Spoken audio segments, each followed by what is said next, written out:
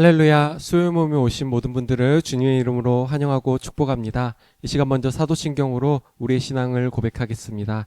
전능하사 천지를 만드신 하나님 아버지를 내가 믿사오며 그 외아들 우리 주 예수 그리스도를 믿사오니 이는 성령으로 잉태하사 동정녀 마리아에게 나시고 본디오 빌라도에게 고난을 받으사 십자가에 못 박혀 죽으시고 장사한 지 사흘 만에 죽은 자 가운데서 다시 살아나시며 하늘에 오르사 전능하신 하나님 우편에 앉아 계시다가 저리로서 산자와 죽은 자를 심판하러 오시리라.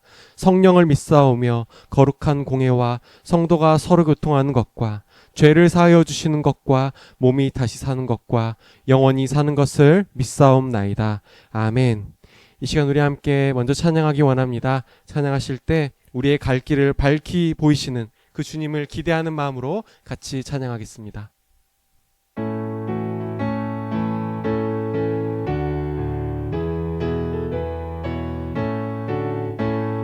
갈 길을 밝히 보이시니 주 앞에 빨리 나갑시다.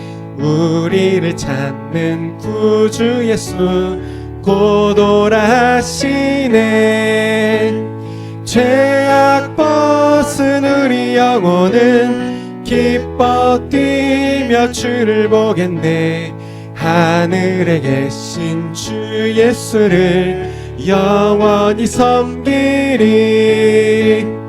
우리를 오라 하시는 말 기쁘게 듣고 즐겨 하세. 구주를 믿기 지체 말고 속속히 나가세.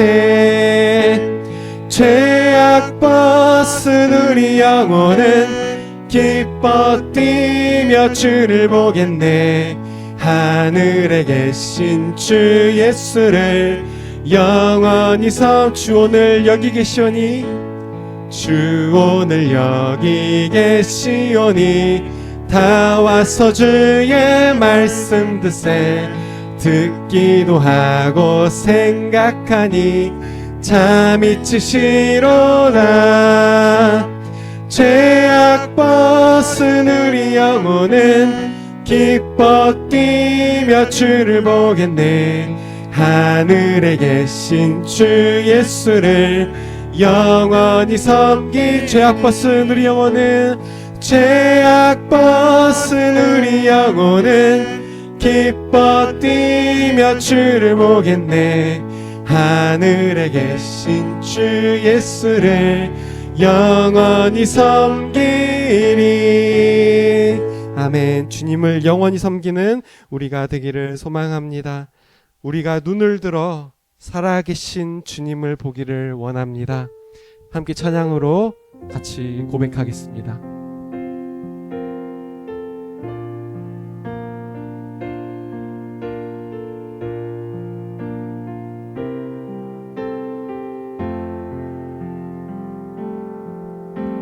내게로부터 눈을 들어 주를 보기 시작할 때 주의 일을 보겠네. 내 작은 마음 돌이키사 하늘에 꿈꾸게 하네. 주님을 볼 때 모든 시선을 주님께 드리고 살아계신 하나님을 느낄 때 내 삶은 주의 역사가 되고 하나님이 일하기 시작하네. 성령이 나를 변화시켜 성령이 나를 변화시켜 모든 두려움 사라질 때 주의 일을 보겠네. 황폐한 땅 가운데서 주님 마음 알게 되리. 주님을 볼 때 모든 시선을 주님께 드리고 전능하신 하나님을 느낄 때 세상은 주의 나라가 되고 하나님이 일하기 모든 시선을 주님께 드리고 모든 시선을 주님께 드리고 전능하신 하나님을 느낄 때 세상은 주의 나라가 되고 하나님이 일하기 시작 모든 상황 속에서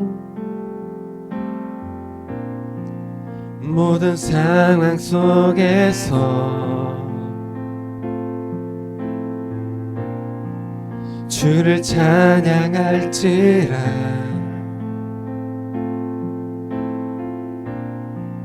주는 너의 큰 상급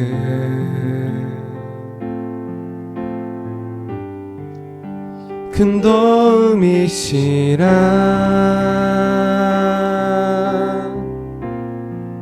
주의 얼굴 구할 때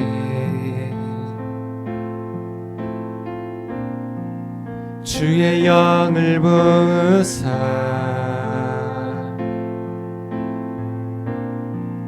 크신 사랑 안에서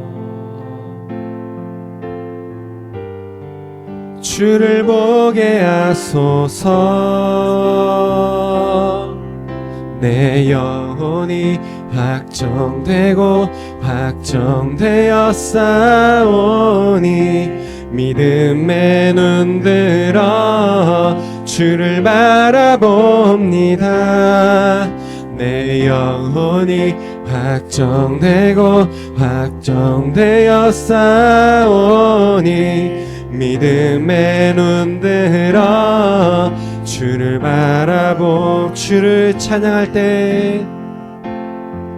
주를 찬양할 때 주의 나라 이미 임했네 그 영원한 나라 보게 하소서 내 영혼이 확정되어 싸우니 믿음의 눈 들어 주를 바라봅니다 내 영혼이 확정되어 싸우니 믿음의 눈 들어 주를 바라봅니다 우리 시간 함께 기도하기 원합니다 기도하실 때 우리의 모든 상황 속에서 하나님 나라를 소망하고 바라보는 믿음을 주시라고 특별히 수요 모임을 통해서 정말 우리가 주님의 얼굴을 구할 때 우리에게 정말 주님의 영을 부으신 그 하나님을 저희가 더욱더 알기를 원한다고 함께 그 고백을 가지고 같이 기도하기 원합니다. 같이 기도하시겠습니다. 하나님 아버지, 우리의 모든 상황 속에서 정말 우리가 시선을 들어서 주님 하나님 나라를 바라보기를 원합니다.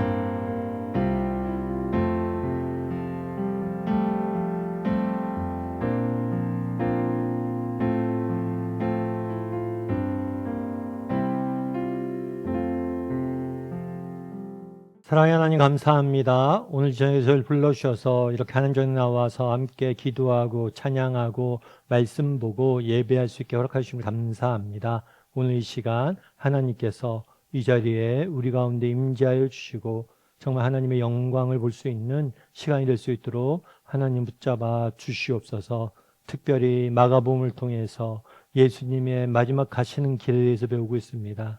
정말 그리스도의 사랑에 대해서, 그리스도께서 우리에게 베푸신 은혜에 대해서 다시 한번 가슴속 깊이 깨닫고 새기고 그 은혜에 의지해서 하루하루 살아갈 수 있도록 결단하는 그런 시간이 될 수 있도록 하나님 붙잡아 주시옵소서. 하나님께서 마칠 때까지 함께할 좀 있어오며 모든 말씀 예수님의 이름으로 기도드립니다. 아멘. 오늘 옥하는 목사님 다락방 교재죠. 마가복음 2권입니다. 50과 겟셋마네에서 기도하시다라는 점을 가지고 마가복음 14장 32절부터 52절까지 말씀을 함께 살펴보았으면 좋겠습니다. 먼저 마음의 문을 열매를 같이 한번 읽어볼까요? 6월절 만찬을 통해 제자들에게 마지막 교훈과 당부를 마치신 예수님은 그들을 데리고 겟셋마네 동산으로 향하셨다. 십자가를 목전에 둔 주님에게 가장 절실하고 긴박한 일은 무엇이었을까? 그것은 하나님 아버지의 뜻을 따를 수 있는 힘과 담대함을 얻기 위해 기도하는 시간을 갖는 것이었다. 이 일에 방해를 받지 않으려고 8명의 제자들은 언덕 아래에 남겨두고 베드로와 요한과 야고보만 데리고 은밀한 곳으로 가셨다. 우리는 예수님에게서 인간으로서 피할 수 없는 극도의 고뇌와 연약함을 발견하게 된다. 지난 시간에 우리가 무엇을 배웠죠? 6월절 만찬을 배웠습니다. 예수님께서 6월절 만찬을 제자들과 함께 나누셨어요. 그런데 이 6월절 만찬은 마지막 최후의 만찬이기도 합니다.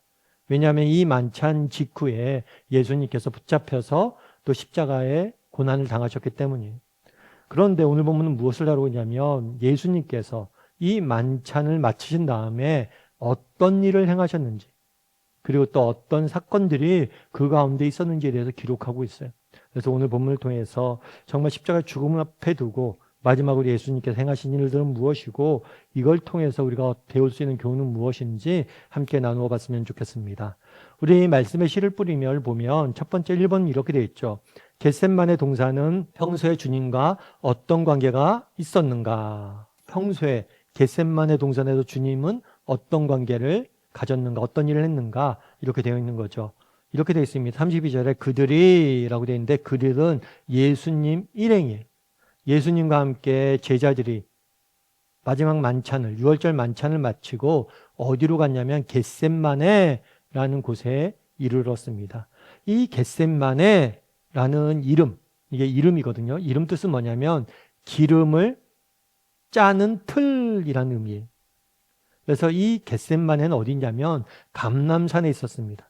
이 감람산은 예루살렘과 붙어있는 산이에요. 이 산 중턱쯤에 작은 정원 같은 데가 있어요. 근데 그것을 겟셋마네라고 불렀어요.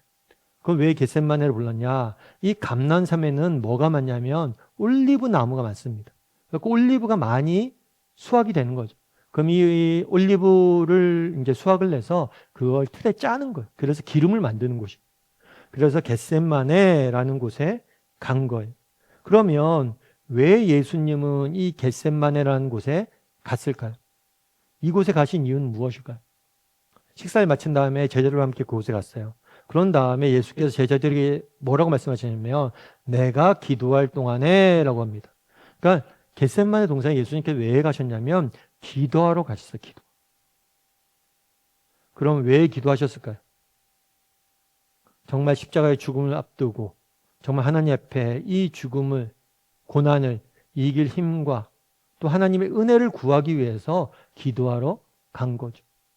그러면서 뭐라고 얘기했냐면 기도할 동안에 너희는 여기에 앉아 있으라. 아마 제자들과 함께 갔잖아요. 그래서 겟셋마네 동산 입구에 제자들을 머물게 한 것 같아요. 그래서 나중에 보면 알지만 베드로와 요한, 야고보 3명의 제자만 데리고 가십니다. 왜 이렇게 행하셨을까요? 아마도 정말 그 시간에 기도하잖아요. 기도하는데 하나님 앞에서 홀로 정말 대면하면서 하나님께 간절히 기도하기 위해서 정말 하나님과 둘만의 시간을 갖기 위해서 그날의 제자들은 두고 혼자 겟셋마네로 올라가신 모습을 보게 됩니다. 그런데 이 겟셋마네를 오늘 처음 온 게 아니에요. 누가복음에 보면 똑같은 본문이 이렇게 돼 있어요. 예수께서 습관을 따라 감난산에 가심에라고 돼 있어요. 습관을 따라. 습관적으로 가셨다는 거예요. 그러니까 감난산에도 오늘 기도하셨잖아요. 이것이 오늘 한 번 한 게 아니에요. 그동안에도 원래 예수님은 갈릴리에서 주로 사역하셨습니다. 그런데 갈릴리에 사역하시다가 예루살렘에 뭐 절기 때나 중요한 날이면 오셨죠. 근데 예루살렘에 오셨을 때 감난산에 가셔서 뭘 하신 거예요? 습관적으로 조금 기도하셨던 것 같아요. 그래서 누가복음에는 습관을 따라라는 표현이 있습니다. 또 요한복음은 뭐라고 되냐면 그곳은 가끔 예수님과 제자들이 모이는 곳이므로 예수님을 파는 유다도 그곳을 알더라라고 되어 있어요. 그래서 지난 시간에 유다가 배웠지만 유다가 예수님과 제자들과 함께 6월절 만찬을 나누잖아요. 만찬을 나누는데 예수님께서 떡을 떼면서 이것은 나의 몸이다라고 이야기를 했어요. 이 떡을 받고 뭘 했어요? 유다가 나갔어요. 아마 유다가 이렇게 나가자 나머지 제자들은 유다 뭐 특별한 일이 있나 보다 이렇게 생각했을 거예요. 하지만 예수님께서 아셨죠.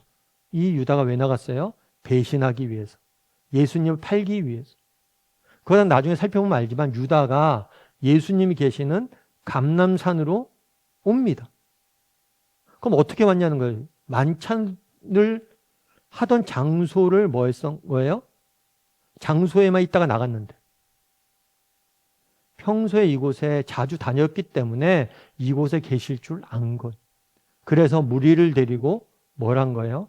감람산으로 찾아온 거죠. 그래서 이 감람산에서 기도하셨는데 그날 하루만 기도한 게 아니라 습관적으로 그곳에서 기도하셨음을 우리는 알 수가 있는 거죠. 그럼 이번 문제는 어떻게 되어 있을까요? 이번 문제는 이렇게 되어 있어요. 세 제자를 데리고 산에 오르면서 주님은 자신의 심정을 어떻게 말씀하셨는가? 예수님께서 겟세마네 동산 입구에 나머지 제자들 8명을 두고 3명 베드로와 요한과 야고보만 데리고 가셨어요. 그런데 가끔 이렇게 데리고 가실 때가 있습니다. 늘 예수님께서는 12명의 제자들과 함께 동행하셨어요. 그리고 12명 제자들 말고도 70명, 120명 정도 되는 사람들이 늘 예수님을 쫓아다녔어요. 그런데 특별한 경우에는 예수님께서 이 12명 중에서도 3명을 별도로 구분해서 데리고 가셨음을 보게 돼. 특별히 언제 그랬어요? 변화산에서. 예수님께서 십자가의 죽음을 앞두시고 변화산에 올라가셨죠. 그곳에서 예수님이 영광스러운 모습으로 변화되는 부활의 모습으로 변화되는 모습을 제자들에게 보여주셨습니다. 그때도 3명만 그곳에 갔어요. 또 야이로의 딸을 살릴 때도 3명만 구별해 데려가서 살렸어요. 그래서 가끔 이렇게 3명만 데려고 가실 때가 있습니다. 데려가신 다음에 뭐라고 그랬냐면 예수님의 심정에 대해서 심히 놀라며 슬퍼하사라고 되어 있어요. 이 놀라다라는 말의 의미는 뭐냐면 두려움에 사로잡히다라는 거예요. 놀라다라고 한글 성경에 되어 있는데 원어로 하면 두려움에 사로잡히다. 그만큼 십자가의 고난 앞에서 예수님도 뭐예요? 두려웠던 거예요. 단순히 두려운 게 아니라 두려움에 뭐예요? 사로잡히는 거예요. 우리도 그런 경우들이 있죠. 뭐 중병에 걸린다든가 뭐 큰 가정이나 뭐 회사나 교회에 일이 있을 때 잠 못 자고 이렇게 헤매는 경우들이 있잖아요. 머리에서 그 생각이 떠나지 않는 경우들이 있잖아요. 그래서 이 두려움이 불안이 염려가 사로잡고 있었던 거예요. 그리고 또 뭐라고 그러냐면 슬퍼하사라고 이야기해요. 이 슬퍼하다는 건 낙심하다라는 거예요. 낙심하여 괴로워하다. 마음이 무너져 내린 거예요. 그만큼 내적으로 힘들었던 거죠. 그러면서 말씀하신데 뭐라고 했냐면 내 마음이 심히 고민하여 죽게 되었다라고. 그러니까 죽을 정도로 괴로움이 너무 심하면 그렇잖아요. 나 정말 죽겠어. 나 너무 힘들어. 정말 죽을 것 같은 그런 느낌이 들 정도로 괴로워했던 거죠. 그러면서 뭐라고 했냐면 너희는 여기서 머물러 깨어 있으라라고 얘기해요. 또 3명을 두고 홀로 가십니다. 그러니까 3명을 데려가셨지만 기도하실 때는 혼자 기도하셨어요. 앞서 얘기했던 것처럼 예수님께서 십자가의 고난을 앞두고 하나님과 1대1로 개인적으로 만나서 홀로 기도하시길 원하셨어요. 물론 그렇다고 해서 혼자만 기도한 건 아니죠. 너희도 깨어있으라. 깨어서 기도해달라고 당부를 합니다. 그래서 깨어있으라는 표현은 뒤에서 이제 다시 한번 다룰 거예요. 이렇게 이야기하면서 예수님께 뭐라고 했어요? 놀라고 슬프다. 정말 죽을 정도로 내가 괴롭다. 이렇게 말씀하신 거죠. 3번 문제는 이렇게 되어 있습니다. 주님이 겟세마네 동산에 오르실 때 얼마나 혹독한 고통을 당하고 계셨는지는 그의 입에서 나오는 무거운 탄식을 들으면 알 수 있다. 모든 인간의 죄를 짊어지고 저주를 당하기 위해 예수님의 몸이 형틀에 달리시기 전에 먼저 영혼의 죽음을 맛보셔야만 했다. 이러한 상황 속에서 기도할 곳을 찾으시는 주님을 보고 당신이 배울 수 있는 점은 무엇인가? 여러분, 정말 이 괴로움 가운데 뭘 했어요? 하나님 앞에 나아가 기도했어요. 이런 예수님을 통해서 여러분들은 깨달은 점이 무엇이 있는가? 오늘 예수님이 기도하셨던 사실에서 여러분들이 깨달은 점에 대해서 한번 나눠보세요. 근데 우리가 여러분 그런 경우도 있죠. 인생에 문제가 있습니다. 인생에 고난이 있습니다. 인생에 슬픔이 있습니다. 인생에 아픔이 있습니다. 인생에 상처가 있습니다. 내면에 갈등이 있습니다. 괴로움이 있습니다. 그럴 때 여러분도 어떡하세요? 이런 아픔과 괴로움을 가지고 하나님 앞에 나오나요? 여러분 인생의 문제를 만났을 때 두 종류의 사람이 있어요. 어떤 사람은 하나님과 더 가까워집니다. 하나님께 더 매달려요. 그런데 어떤 사람은 멀어져요. 하나님부터 멀어지는 거예요. 여러분들은 어때요? 하나님으로부터 멀어지는 사람입니까? 하나님이면 하나님에게 더 가까이 나오는 사람입니까? 여러분 인생에 어려움이 있을 때, 고난이 있을 때 더 가까이 나와야 돼요. 더 가까워져야 돼요. 왜요? 그래야지 여러분 이길 힘을 얻죠. 안 그래 살기 힘든데 하나님으로부터 멀어져서 하나님 없이 어떻게 그걸 이겨낼 수 있어요? 저희 예전에 같이 훈련받았던 집사님이 있어요. 이 집사님은 평소에는 어떤 일을 하냐면 판매사원이에요. 마트에서 판매사원이에요. 그러니까 하루 종일 서서 일하셔야 돼요. 여러분 하루 종일 서서 일하면 얼마나 힘듭니까? 얼마나 육신이 피곤해요. 그럼에도 불구하고 저녁 때 이제 훈련 받으려고 이렇게 나오시는 거죠. 다락방도 참석하시고. 몸이 피곤하고 너무 힘들죠. 또 애들도 중간에 밥도 해줘야 되고 챙겨야 될 것이 너무 많죠. 그래서 그런 얘기를 물어봤어요. 집사님 힘들지 않으세요? 아유 이렇게 힘든데 그럼 쉬고 싶지 않으세요? 그랬더니 아니에요 목사님 정말 힘든데 제가 그래도 살아요. 이렇게 나와야 살아요. 내가 삶이 너무 힘들고 괴로운데 교회 나와서 기도라도 하고 말씀이라도 보고 정말 이렇게 교제라도 나누어야지만 내가 산다라고 말씀하시는 거예요. 여러분 그날의 예수님은 너무 괴로웠어요. 근데 괴로운데 나아가 기도하잖아요. 정말 인생의 괴로움 가운데 하나님과 가까워지는 사람이 있고 멀어지는 사람이 있어요. 나는 어떤 사람인가? 가까워지는 사람이 되었으면 좋겠어요. 왜요? 그래야지 이길 힘이라도 얻죠. 그래야지 이겨낼 수 있죠. 4번 문제 계속해서 이렇게 되어 있습니다. 동산에서 기도하실 때 주님은 어떠한 자세를 취하고 기도했는가? 그리고 그 자세가 의미하는 것은 무엇인가? 라고 되어 있어요. 마가복음에 보면 이제 35절에 이렇게 되죠. 조금 나갔다는 건 약간 떨어져 있었던 거예요. 3명의 제자들과 떨어진 거예요. 그래서 홀로 하나님과 기도한 거죠. 여러분, 우리가 기도는 굉장히 인격적이고 개인적인 만남. 그래서 우리가 함께 기도회나 이런 데서 모여서 기도하지만 그 기도, 공동의 기도 제목을 가지고 기도하지만 함께 소리를 맞춰서 기도하지만 우리가 동일한 기도를 드리지 않잖아요. 우리 각자가 마음에 있는 이야기를 개인적으로 하나님께 드리는 시간. 이건 기본적으로 카톨릭과 개신교의 차이점. 카톨릭은 기도문이 있어요. 그래서 기도문을 가지고 기도해요. 하지만 우리는 우리의 속마음을 그냥 개인적으로 하나님께 기도하는 거예요. 예수님은 그날에 개인적으로 하나님께 기도했다. 그런데 땅에 엎드려서 기도했다라고 이야기를 해요. 땅에 엎드려서. 여러분 땅에 엎드린다는 건 뭐예요? 기도하는데 유대인들은 보통 2가지 기도 방법이 있어요. 서서 기도하거나 혹은 땅에 엎드려서 기도해요. 그래서 엎드려서 기도했다. 이 땅에 엎드려서 기도했다는 건 뭐예요? 그만큼 간절하고 그만큼 겸손함의 표현이죠. 왜 땅에 엎드려서 유대인들을 기도했습니까? 겸손. 서서 기도할 땐 손을 들고 찬양하며 기도하는 거예요. 겸손하고 간절함의 표현이. 그만큼 하나님에 대한 뭐가 높은 거예요? 경외심이, 경외함이 큰 거죠. 그래서 예수님께서는 겸손한 마음으로 간절히 뭘 했던 거예요? 기도하신 거예요. 그러면 어떤 내용을 기도하셨을까요?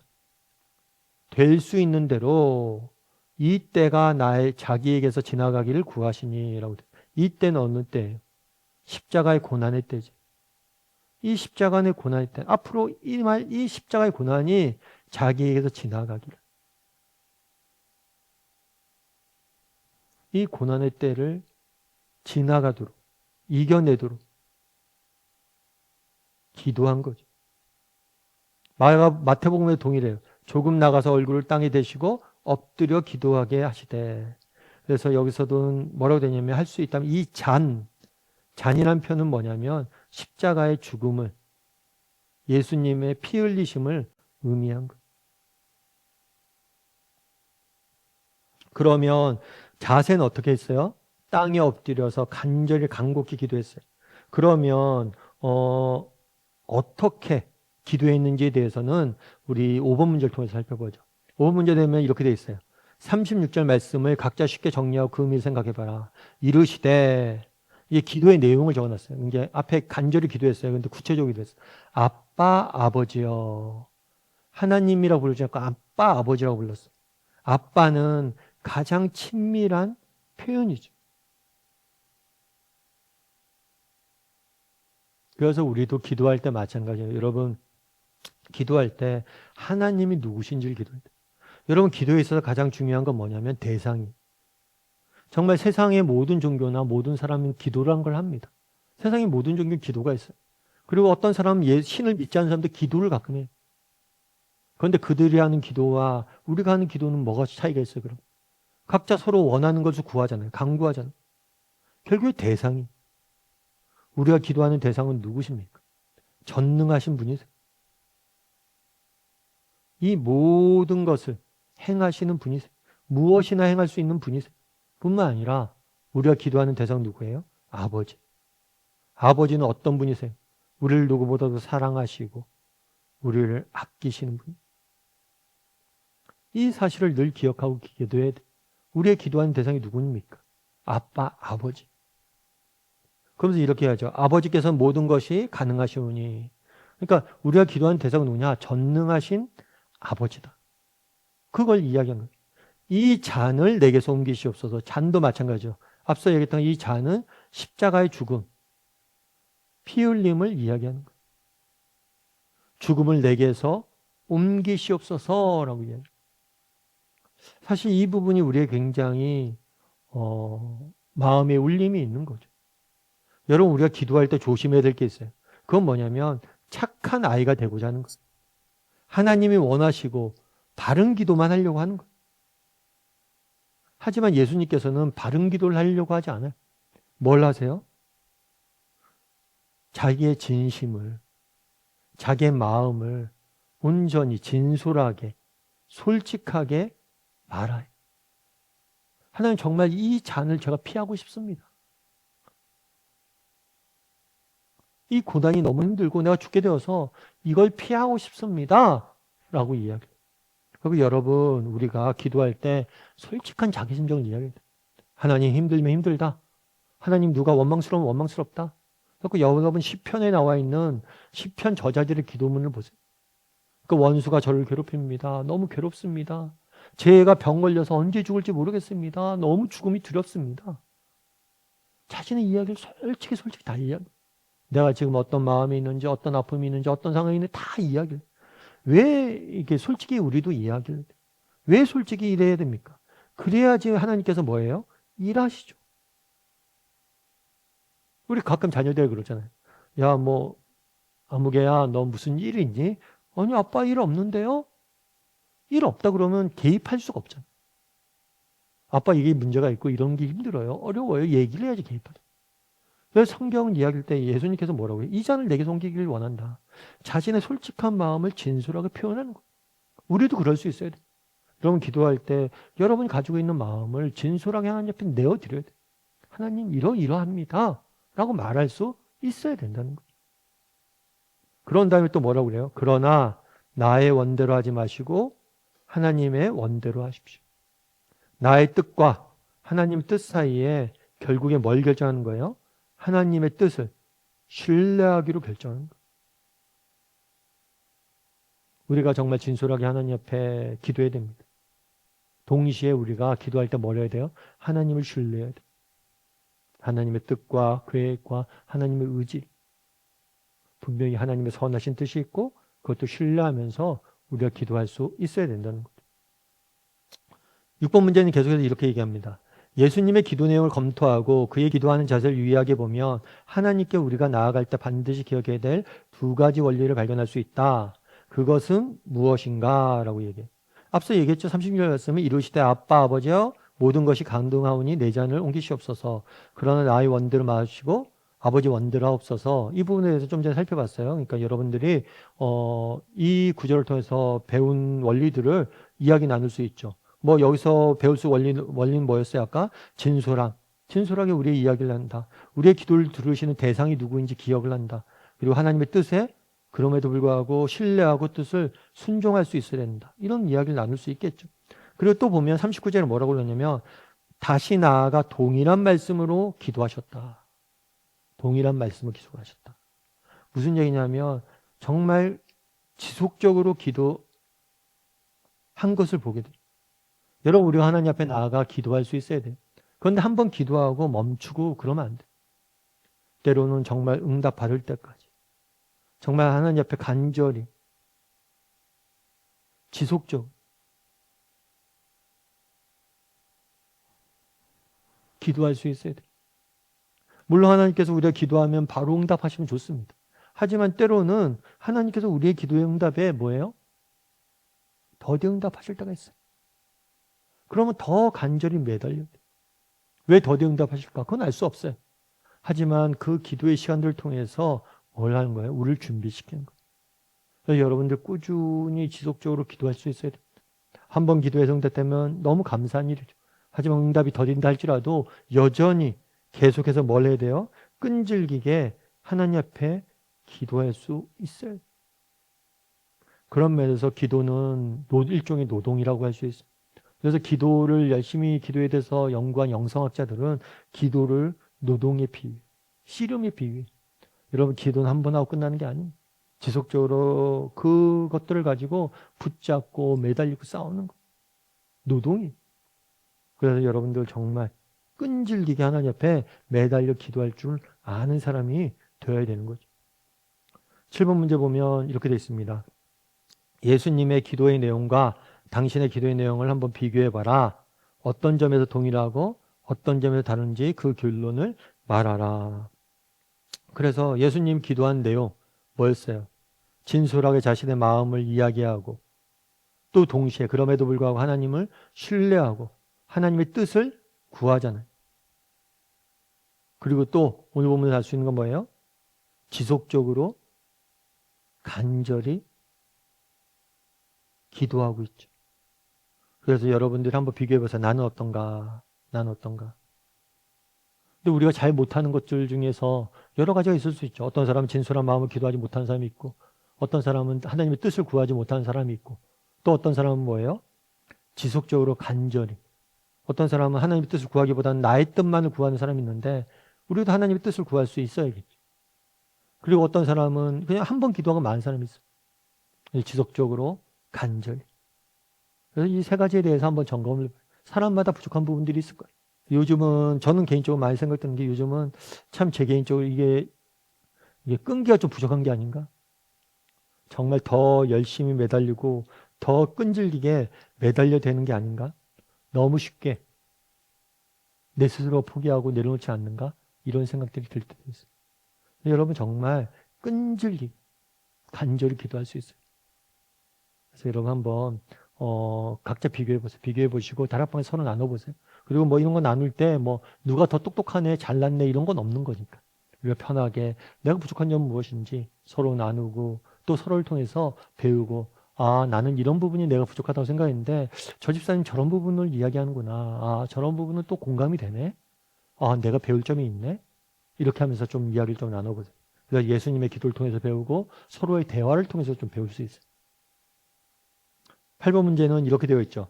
예수님은 기도를 시작하시면서 세 제자와 함께 기도해 주셔서 요청하셨다. 그리고 기도하다가 두 번이나 제자들이 기도를 하고 있는지를 알아보려고 찾아오셨다. 왜 그러셨다고 생각하는가? 진실로 다시 너희에게 이르노니 너희 중에 두 사람이 땅에서 합심하여 무엇이든지 구하며 하나님 아버지께서 그들을 위하여 이루시리라 라고 이야기합니다. 아까 얘기했지만 기도는 지극히 개인적인 것. 누가 대신해 줄 수 있는 게 아니에요. 그렇기 때문에 예수님은 홀로 나가서 예수님과 1대1로 만나 기도했습니다. 동시에 기도는 뭐예요? 공동체적. 분명 홀로 기도하지만 함께 기도할 때 뭐 하는 거예요? 우리는 더 힘차게, 더 끈질기게, 더 힘있게 기도할 수 있는 거예요. 또 뭐라고 되냐면 성경 약속도 주셨어요. 너희 중에 두 사람이 땅에서 합심해서 기도하는. 우리가 함께 공동체로 기도하는 것을 하나님께서 기뻐 받으시고 기뻐하시고 이렇게 함께 기도함으로 응답하시길 원하세요. 왜냐하면 신앙 자체가 공동체적이기 때문에. 그래서 여러분들 우리가 지극히 기도는 개인적인 겁니다. 하지만 나 혼자 나를 위해서 나만을 위해서 기도하는 걸 원하지 않으세요. 우리가 공동체적이기 때문에 함께 서로를 위해서 기도하길 원하세요. 왜요? 이것들 통해서 하나님의 마음을 배워가길 원하시는 거예요. 너희가 서로를 위해서 기도하고 한 마음으로 기도하고 그러면서 정말 삼위 하나님이 함께 하나 되심의 그 은혜를 누리길 원하시는 거예요. 그래서 기도는 개인적인 동시에 공동체적. 함께 기도해야 돼. 그래서 우리가 다락방에서 기도 제목을 나누고 하는 이유도 여기에 있어요. 기도 제목을 나누고 함께 기도하고 또 그렇게 했을 때 은혜가 있는 거죠. 그래서 예수님께서는 함께 기도하길 원하셨던 거죠. 그래서 여러분들 우리가 다락방에 있는 게 좋은 이유가 뭐예요? 정말 날 위해서 기도해 줄 사람이 있다는 것. 여러분 날 위해서 기도할 수 있다는 것만큼 축복은 없어요. 그걸 아셔야 돼요. 날 위해서 기도해 줄 수 있는 만큼 축복이 없다. 저도 마찬가지죠. 저도 정말 저희 어머님이 평생 저의 기도의 후원자세요. 그래서 어머님이 기도할 때 만큼 힘이 되는 경우가 없어요. 그래서 저희 아내가 그러더라고요. 요즘 애들이 너무 힘든 것 같아. 할머님한테 가서 한번 기도 받았으면 좋겠어. 이런 얘기를 하더라고요. 근데 내가 목사인데 나한테 기도 받으면 됐지. 이런 생각도 하지만 정말 저희 가정을 지키는 기도의 뭐라 그럴까 그런 원동력은 저희 어머님이 있고 또 저희를 위해서 기도해 주는 어머님 계시다는 것만큼 우리 가정에 그 축복은 없다고 생각합니다. 그래서 여러분 날 위해서 기도할 수 있는 사람이 있다는 거 그것만큼 큰 축복은 없습니다. 그래서 다락방 우리가 서로를 위해서 기도할 수 있는 다락방이 있다는 것만큼 큰 축복은 없는 거. 9번 문제 이렇게 되어 있어요.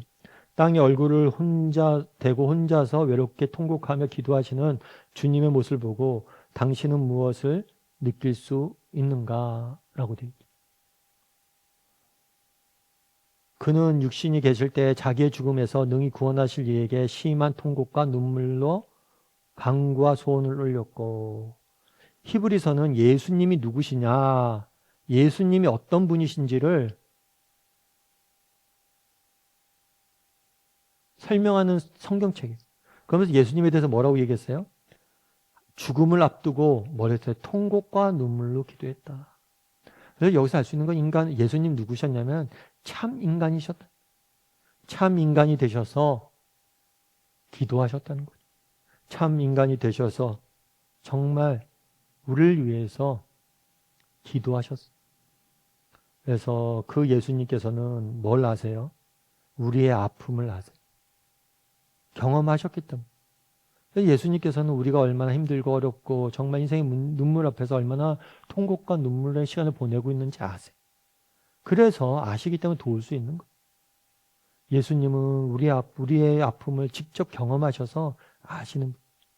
그래서 정말 예수님께서 십자가 앞에서 눈물 흘리며 기도하는 모습이 우리에게 큰 위로가 되는 거예요. 예수님도 힘드셨구나. 그러니까 우리의 힘듦을 아시겠죠. 힘듦을 아실 뿐만 아니라 뭐예요? 우리를 뭐예요? 돕기 원하세요. 사실 우리가 그랬잖아요. 아까 중보기도의 힘에 대해서 얘기했잖아요. 우리가 함께 기도하길 원합니다. 그런데 예수님이 제자들에게 자기를 위해서 기도해달라고 했을 때 제자들이 깨어 있었나요? 아니면 제자들이 잤나요? 제자들이 잤어요. 깨어 있지 못했어요. 실패한 거죠. 여러분, 이것에 대해서 여러분, 우리가 이것도 인정해야 돼요. 우리가 아까 다락방이나 이런 공동체 같은 데서 우리가 같이 기도하자. 그렇게 나를 위해서 기도해 주시는 공동체가 있다는 건 우리에게 정말 큰 축복이다 라고 이야기하지만 또 우리가 그런 공동체에서 나누고 기도할 때 보면 뭐예요? 실패할 때 있잖아요. 다락방에서 우리 함께 기도합시다 했는데 기도 안 하는 경우도 있잖아요. 실패하는 경우도 있어요. 인정을 해야 돼요. 이거는 인간이기 때문에 어쩔 수가 없어요. 육신에 갇혀있기 때문에 어쩔 수가 없어요. 인간은 누구나 자신의 문제가 커 보이기 때문에. 그럼에도 불구하고 우리가 의지적으로 의도적으로 뭘 하는 거예요? 서로를 위해서 기도함으로 예수님 하나님 마음을 닮아가려고 노력해요. 그래서 중보기도도 노동이. 다른 사람을 위해서 기도하는 것도 노동이. 때로는 다른 사람을 위해서 기도할 때 보면 건성건성하게 되죠. 목사님 건성건성하는 것보다 안 하는 게 낫지 않아요? 아니요. 건성건성 하는 게 낫습니다. 왜요? 일이니까. 일 안 하는 것보다 건성이라도 하는 게 나아요. 일을 해야 돼요. 그거 기도하는 거예요. 그래서 여러분 우리가 실패할 수 있습니다. 그런데 우리의 기도가 정말 능력 있는 게 뭐냐? 실패하지 않는 분이 있어요. 그건 누구예요? 예수님. 예수님은 로마서에 보면 그렇게 얘기해요. 예수님 죽으실 뿐만 아니라 하늘에 오실 뿐만 아니라 하나님 우편한 자 계시고 하나님 우편한 자 계실 뿐만 아니라 우리를 위해서 간구하시는 자신이라 라고 이야기해요. 우리를 위해서 간구하고 있어요. 기도하고 있어요.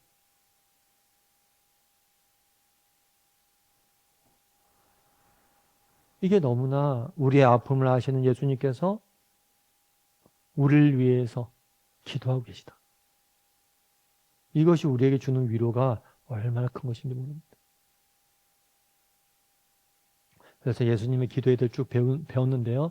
이 예수님의 기도에 대해서 한번 여러분 묵상하고 한번 살펴보면 좋을 것 같아요. 우리 삶의 열매를 거두면 이렇게 돼 있죠.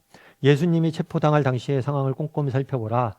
자신만큼 버리지 않겠다고 장담했던 베드로를 비롯하여 제자들은 다 도망가고 말았다. 제자들 틈에 끼어있던 어떤 청년은 너무나 황급한 나머지 벌거벗은 몸으로 도망하였다. 흔히들 이 청년이 본소를 기록한 마가 자신이 아니었나 추측하고 있다. 제자들의 행동을 보며 우리가 깨달아야 할 교훈이 적지 않다. 각자 느낀 바를 한두 가지씩 이야기해봐라. 43절부터 49절까지 말씀을 읽고 좀 이야기를 나눠보세요. 예수님이 이렇게 기도를 마치시고 제자들과 얘기하고 있었어요. 그랬을 때 누가 왔냐면 유다가 찾아왔습니다. 유다가 찾아왔는데 혼자 온 게 아니에요. 무리들을 데리고 왔어요. 이 무리는 누구냐? 대제사장과 서기관들과 장로들에게 파견돼. 그러니까 그 당시 종교 지도자들이 예수님을 잡아 죽이기 위해서 파송한 사람들. 그런데 이 무리가 뭘 갖고 왔어요? 검과 몽치를 갖고 왔어요. 무기를 들고 왔던 거예요. 그래서 예수를 파는 자, 이건 유다죠. 유다가 뭘 했냐면 이미 그들과 군호를 짜 이르되 이미 신호를 만든 거예요. 신호를 딱 알려놓은 거죠. 내가 예수님에게 입맞춤할 거야. 그럼 그 사람, 내가 입맞춤한 사람이 예수님이야? 이렇게 이야기한 거죠. 내가 입맞춘 자가 그이니 그를 끌고 가라. 이렇게 이야기한 거예요. 그래서 와서 뭐라고 하냐면 예수님에게 랍비여 하고 입을 맞추니. 그 당시에 교대 근동에서, 그러니까 유대 사회에서 입을 맞추는 인사, 이건 정말 친밀함과 애정과 존경을 표현하는 인사법이에요. 그런데 뭘 한 거예요? 그런 친밀함과 애정을 표현하는 인사법을 배신의 도구로 사용한 거예요. 정말 너무 비극적인 거예요. 가장 아름다운 수단을 배신의 도구로 사용한 거예요. 그들이 예수를 손에 대어 잡건을 겉에 있는 자중 한 사람이 칼을 빼어 대제사장의 종을 쳐서 그 귀를 떨어뜨리니 아마 이 사람은 베드로라고 다른 성경에 나와 있는 것 같아요. 베드로가 칼로 예수님을 잡아가려는 걸 막으려고 그랬어요. 그랬을 때 예수님께서 베드로를 책망하시죠. 그러지 말라 라고 이야기해요. 그러면서 내가 하늘의 12천사라도 12군단이라도 천사의 군대라도 12군대라도 불러서 이들을 막지 못하겠느냐. 천군 천사를 불러오실 수 있어요. 그런데 그냥 뭐 하는 거예요? 하나님의 뜻에 맞춰서 순종해서 잡혀 가신 거죠. 왜요? 이 성경을 이루기 위해서, 하나님과의 뜻과 계획에 순종하기 위해서 그렇게 한 거예요. 그런데 결국에 이렇게 되고 나서 제자들은 뭘 했어요? 다 도망쳤어요.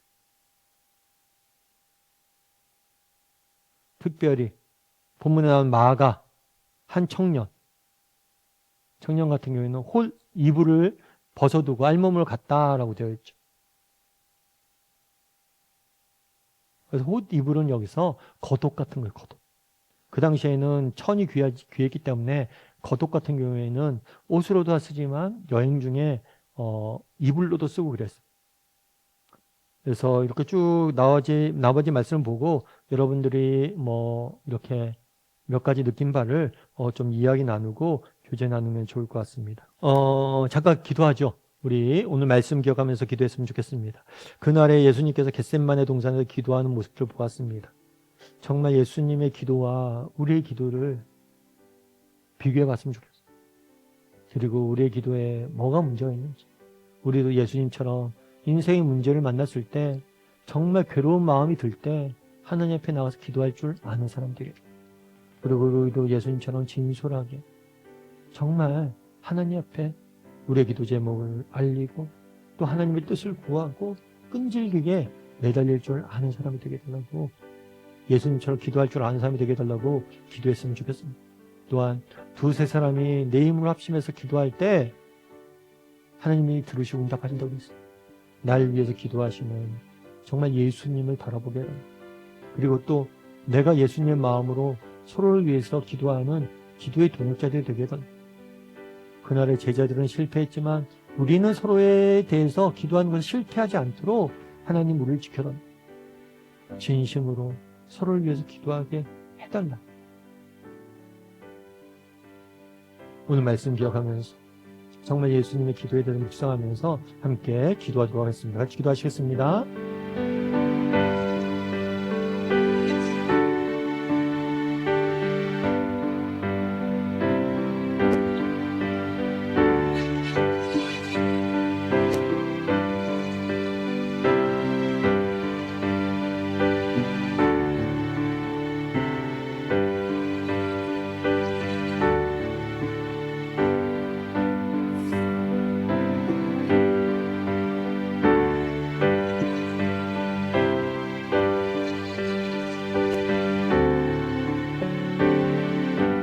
사랑하는 하나님, 오늘 예수님께서 십자가 앞두고 겟셋마네 동산에서 기도하시는 모습을 보았습니다. 우리도 예수님처럼 기도하게 도와주시옵소서. 인생의 고난 앞에서, 역경 앞에서 하나님께 더 가까이 나아가 기도할 줄 아는 사람들이 되게 달라고. 정말 힘들수록 하나님께 멀어지는 게 아니라 힘들수록 하나님께 더욱더 가까이 나아갈 줄 아는 사람이 될 수 있도록 주여 우리에게 은혜를 더하여 주시옵소서. 아버지 하나님, 그날의 예수님께서 하나님이 우리의 아버지 되심을 기억하고 하나님 앞에 진솔하게 자신의 마음을 아뢰고 하나님의 뜻을 구하고 정말 끈질기게 매달리는 모습을 보게 됩니다. 우리도 예수님처럼 기도하게 도와주시고 예수님이 기도하셨던 모습으로 예수님이 기도하셨던 내용을 가지고 우리도 기도하며 날마다 하나님 앞에 나아갈 줄 아는 사람들이 될 수 있도록 주여 은혜를 더하여 주시옵소서. 그날에 제자들은 함께 깨어 기도하지 못했습니다. 제자들은 실패했지만 우리는 서로를 위해서 기도하는 것들을 실패하지 않게 도와주시옵소서. 성령 하나님께서 우리를 도우셔서 우리가 늘 서로를 위해서 기도하게 도와주시고 서로를 위하여 기도함으로 우리가 승리하게 도와주시옵소서. 그래야 해서 정말 우리가 섬기는 다락방, 우리가 함께하는 교회 공동체가 나의 영원한 기도의 동역자들이 되어서 정말 서로가 함께 하나님 앞에 나아가는, 서로를 응원하고 서로를 세워갈 수 있는 그런 복된 관계, 복된 다락방이 될 수 있도록 주여 은혜를 더하여 주시옵소서. 하나님께서 이번 한 주간도 우리의 다락방과 우리의 삶을 지키시고 우리로 하여금 기도하게 하십시오. 믿사오며 모든 말씀 예수님의 이름으로 기도드립니다. 아멘. 하늘에 계신 우리 아버지여, 이름이 거룩하게 여김을 받으시오며 나라의 마옵시며 뜻이 하늘에서 이루어진 것 같이 땅에서도 이루어지이다. 오늘날 우리에게 일용할 양식을 주옵시고 우리가 우리에게 죄의 진자를 사하여 주는 것 같이 우리의 죄를 사하여 주옵시고 우리를 시험에 들게 하지 마옵시며 다만 하에서 구하옵소서. 대개 나라 원세 영광이 아버지께 영원히 싸움나이다. 아멘.